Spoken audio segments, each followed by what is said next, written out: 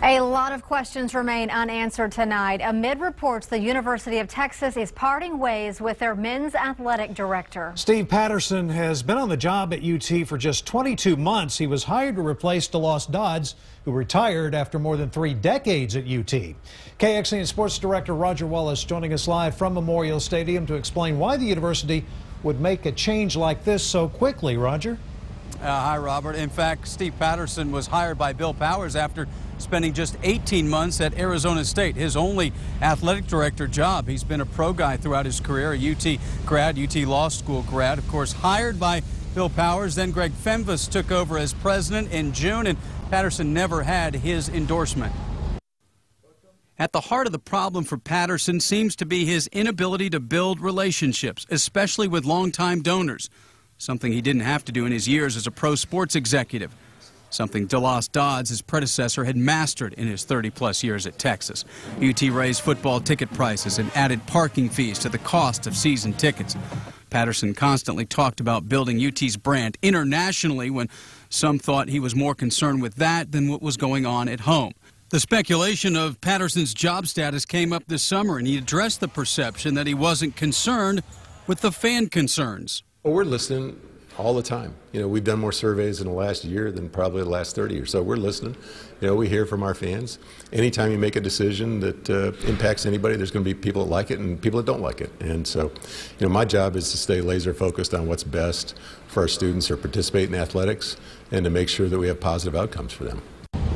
Only thing we've heard from the president's office is right now they don't comment on personnel matters. If something changed, then we'll be notified. Also, the report is that Mike Perrin will be named interim athletic director. He's a former UT football player in the late 60s under Darrell Royal, a successful attorney in Houston. We'll have more on Mike Perrin coming up at 6 o'clock. Speculation about permanent replacements. It starts with Oliver Luck.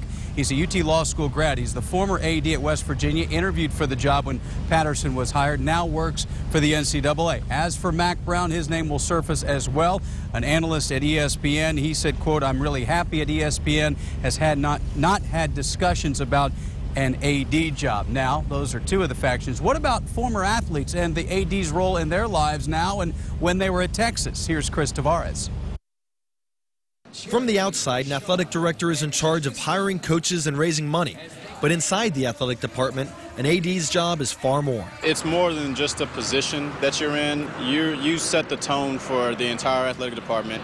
And when you're personable, when you reach out to people, like I said, it goes a long way. For A.J. Abrams, who played basketball at Texas from 2005 till 2009, that was what made former athletic director Deloss Dodds such a favorite of athletes, and part of why Steve Patterson struggled so much in his 22 months on the job. Deloss is a tough guy to follow. It's a tough act to follow.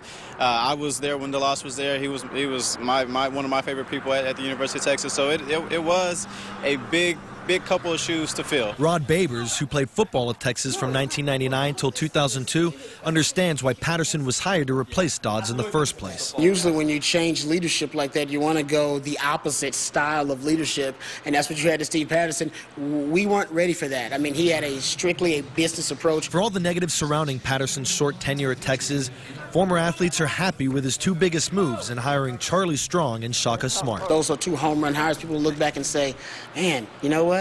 Turns out some parts of his vision were pretty good. Chris Tavares, KXAN News.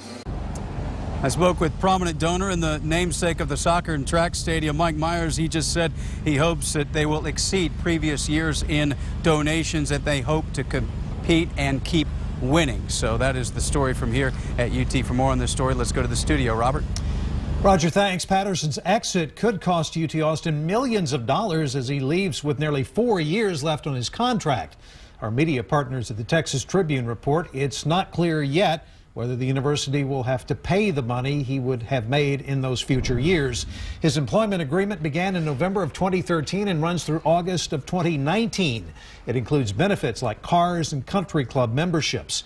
It guaranteed him $1.4 million a year with at least a 2.5% pay increase annually, and that means that Steve Patterson would have made about $6 million more before the end of his contract.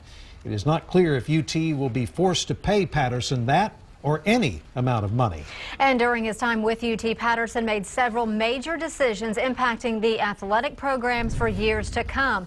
Less than 2 months after being hired, Patterson hired UT head football coach Charlie Strong to replace Mack Brown. In early March, Patterson oversaw beer and wine sales beginning at UT sporting events like softball.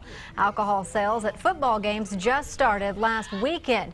Earlier this year, Patterson led a change at the top in men's basketball, hiring head coach Shaka Smart.